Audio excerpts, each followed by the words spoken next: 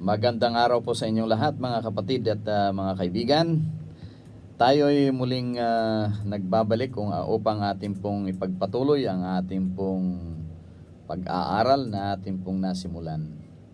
Sa araw na ito, ang ating po namang pag-aaralan ay tungkol po sa The Simple Word of God. Yun po ang ating paksa ngayon. Mayroon na po tayong 3 videos na ating pong na-i-upload na ating pinag-aralan. At kung mapapansin ninyo, ang ating presentation ay simple lamang, maiksi, at kakaunti lamang po ang ating mga bersikulo na ginamit. Ganun pa man, ay gusto ko kasi na simple lang yung ating presentation. At sa palagay ko'y yun ang the best na pwedeng gawin natin para maunawaan natin lahat ang ating pong pinag-aaralan. Kaya iniiksihan natin pero sinisigurado natin na malinaw sa atin ang ating pong pinag-aaralan. At kahit ganun kasimple mga kapatid at mga kaibigan, the bottom line question is that how much do you believe the simple words of God? Yun pa rin ang pinakamahalagang tanong na dapat nating bulay-bulayin. Gaano kalaki ang ating paniniwala sa simpleng salita ng Diyos? Sa ating mga presentation is ganito po ang tanong ko. Tayo ba'y naniniwala na mayroong bagong langit at bagong lupa? Dahil kung tayo'y naniniwala, ako'y naniniwala rin na mayroon tayong dapat gawin para tayo ay mailipat mula dito sa mundong ito, sa lupang ito, patungo doon sa bagong langit at bagong lupa. Siguro ito ay mapapag-aralan natin sa susunod na ating mga pag-aaral kung ano ba ang gagawin natin para tayo ay mailipat doon. Papag-aralan natin yan. Pero sa ngayon, ang ating pinag-aaralan is yung paniniwala dito sa simple na salita ng Diyos. Ang salita ng Diyos, simple lang rin. Hindi kailangan na pagandahin mo, hindi kailangan na dagdagan mo, gagamitan mo ng mga magic word para lamang magiging kapani-paniwala. Hindi kailangan na gawin mo yon. Artihan mo ang salita ng Diyos para lamang kapani-paniwala. Hindi po. Ang salita ng Diyos ay matutupad kahit hindi mo dagdagan, kahit hindi mo pagandahin. Matutupad yan. Kaya yung mga pinag-aralan natin, bagong langit at bagong lupa, yung the doom of this world, yung lupa na ito ay sinumpa ng Diyos. Hindi mo na kailangan pagandahin yun. Ganun na yun. Kaya ito ang sinasabi ni Pablo. Mayroong sinasabi si Pablo dyan. And my speech and my preaching was not with enticing words of man's wisdom, but in demonstration of the Spirit in power. Kaya yung pangangaral ni Pablo, with power yan. With power. Dahil siya ay naniniwala sa kanyang ipinapangaral. At hindi siya gumagamit ng mga enticing words and man's wisdom. Yun ang sabi niya. Bakit? Bakit hindi siya gumagamit ng mga wisdom of men na sinasabi or enticing words? Sa verse 5 ganito ang sinasabi. That your faith should not stand in the wisdom of men, but in the power of God. Nangangamba si Pablo na baka ang pananampalataya ng mga nakikinig sa kanya ay nakabase sa talino ng tao at hindi sa kapangyarihan ng Diyos. Ganon. Kaya Kahit hindi mo dagdagan yan, makapangyarihan yan. Wala sa tao ang kapangyarihan ng salita ng Diyos. Ang kapangyarihan ng kanyang salita ay nasa kanya. Nasa nagsalita ay ang Diyos ang nagsalita do. So, ibig sabihin na dahil makapangyarihan yung nagsalita, ang kanyang salita ay makapangyarihan din. Kaya, ang salita ng Diyos, dapat tatanggapin natin kahit gaano kasimple ito, ay tatanggapin natin bilang salita ng Diyos at hindi bilang salita ng tao.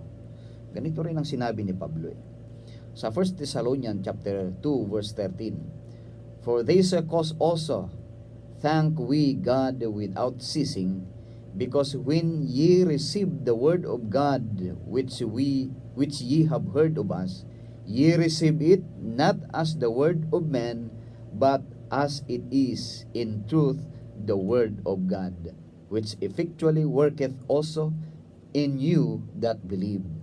Tingnan ninyo yung sinasabi ni Pablo na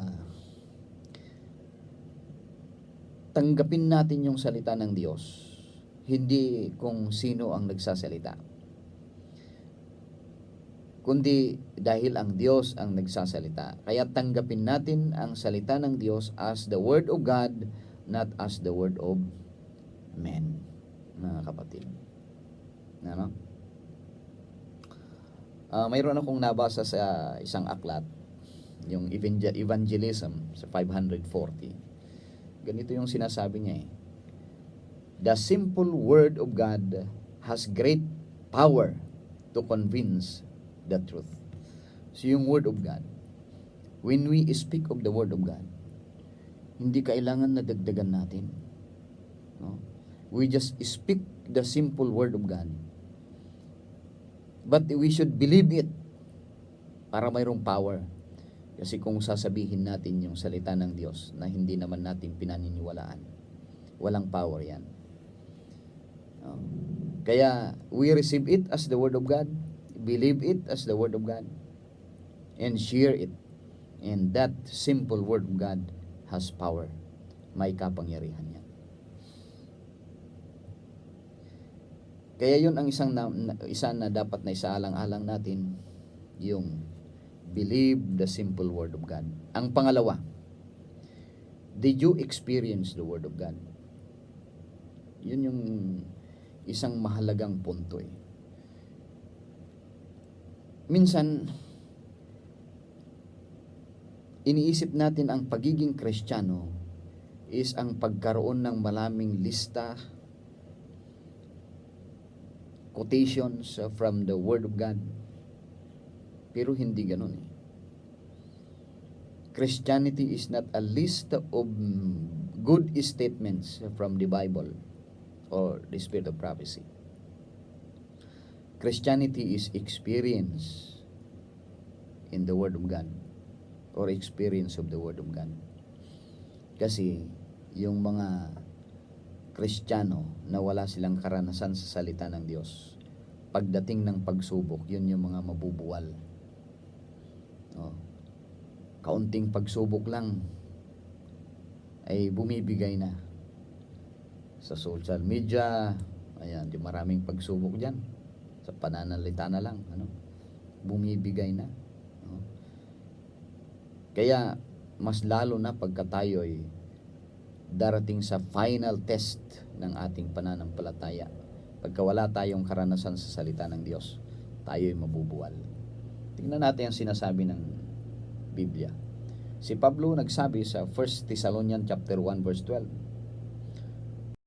Sabi niya, For the which cause I also suffer these things, nevertheless I am not ashamed. For I know whom I have believed, and am persuaded that He is able to keep that which I have committed unto Him against that day. So, paano masabi ni Pablo na I know whom I have believed? Sa matagal na nakaranasan ni Apostol Pablo sa Panginoon, naranasan niya ang mga salita ng Diyos.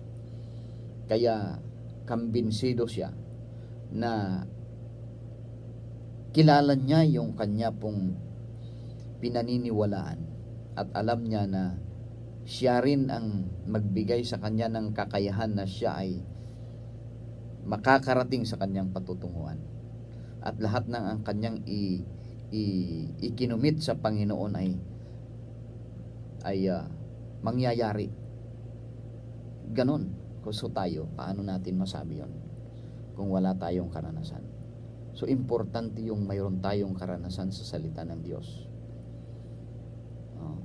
Kahit i-quote mo yan, sabi mo, itong quotation na ito tamang-tama kay sister. How about your experience? Did you experience that word? Yan po yung mahalaga. Sa Salmo ganito ang sinasabi. Sa chapter 34, sa verse 8. Oh, taste and see that the Lord is good. Blessed is the man that trusteth in Him. So, kailangan pala talaga na matikman natin at makita natin na ang Panginoon ay mabuti. Kasi kung hindi, wala tayong ebidensya sa ating pananampalataya pagdating ng pagsubok. Mga kapatid at mga kaibigan. Kaya ito ang dalawang mahahalagang bagay na dapat na maunawaan natin. Ano yung pinag-aralan natin? Ang simpleng salita ng Diyos, kailangan na paniwalaan natin. At hindi lang paniwalaan natin, dapat tayo ay magkaroon ng karanasan sa salita ng Diyos. Kaya sa araw na ito, sana na-bless kayo sa ating pinag-aralan. Atin uling ipagpapatuloy sa susunod na videos na atin pong gagawin. At magkita-kita tayo ulit. At ang Panginoon ang sumasa inyo, ingatan kayo. At ito po ang aking panalangin sa inyong lahat.